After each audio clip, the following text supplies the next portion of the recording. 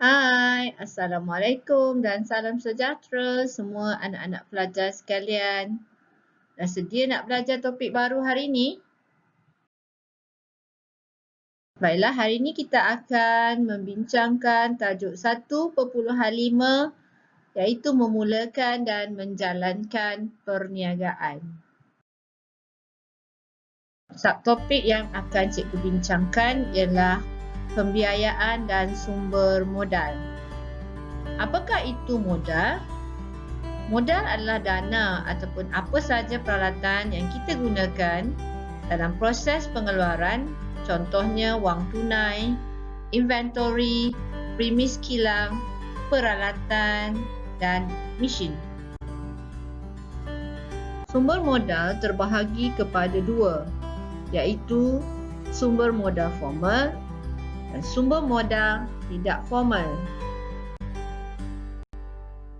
Sumber modal formal yang pertama ialah pinjaman bank.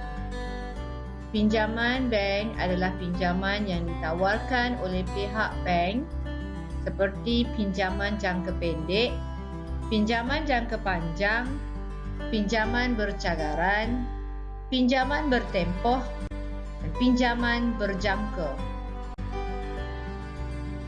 Apakah maksud pinjaman jangka pendek?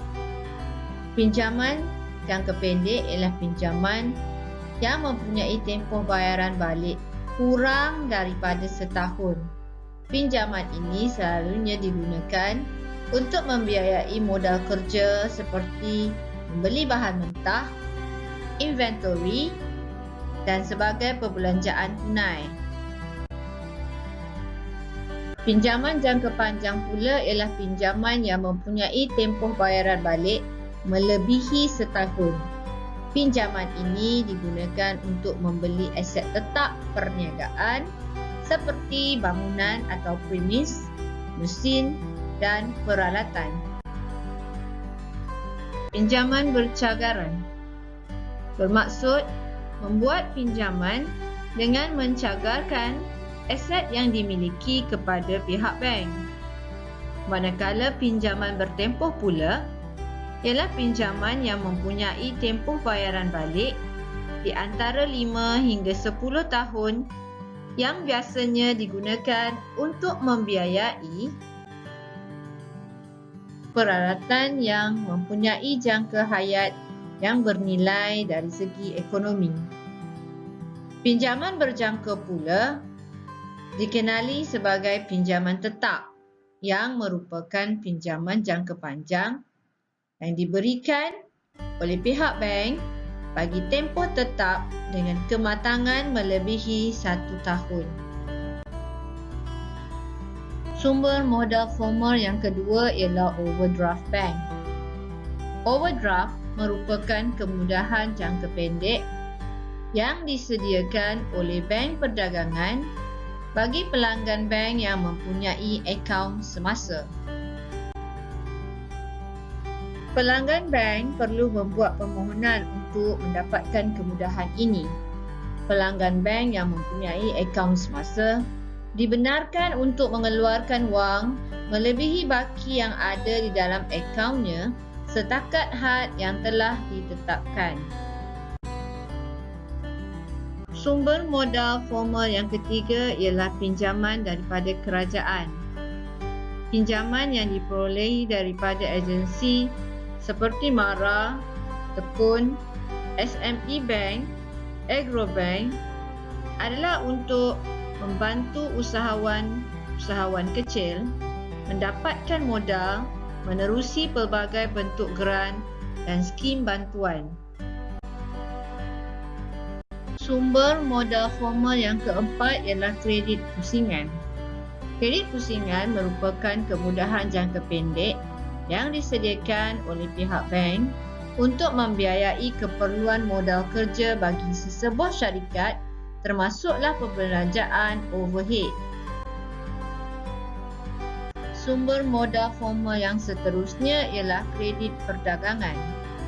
Kredit perdagangan merupakan kemudahan kredit yang disediakan oleh pembekal kepada usahawan di mana usahawan tidak perlu membuat bayaran serta-merta tetapi perlulah mengikut masa dan jumlah yang ditetapkan. Kredit pusingan merupakan bayaran tertangguh atas pembelian untuk proses pengeluaran ataupun jualan. Selalunya ianya diberikan kepada usahawan yang mempunyai hubungan yang baik dengan pembekal. Kebiasaannya dalam tempoh 30 hari. Sumber modal formal yang seterusnya ialah pelabur. Pelabur merupakan individu ataupun organisasi yang melaburkan uangnya ke dalam perniagaan usahawan. Usahawan pula boleh menerbitkan saham biasa dan dijual kepada pelabur awam atau institusi lain bagi mendapatkan suntikan modal. Seterusnya, anak-anak pelajar sekalian, kita lihat pula sumber modal tidak formal. Sumber modal tidak formal antaranya ialah simpanan sendiri. Simpanan sendiri membawa maksud modal sendiri daripada simpanan ataupun tabungan sendiri ataupun menjual aset peribadi seperti kereta atau rumah.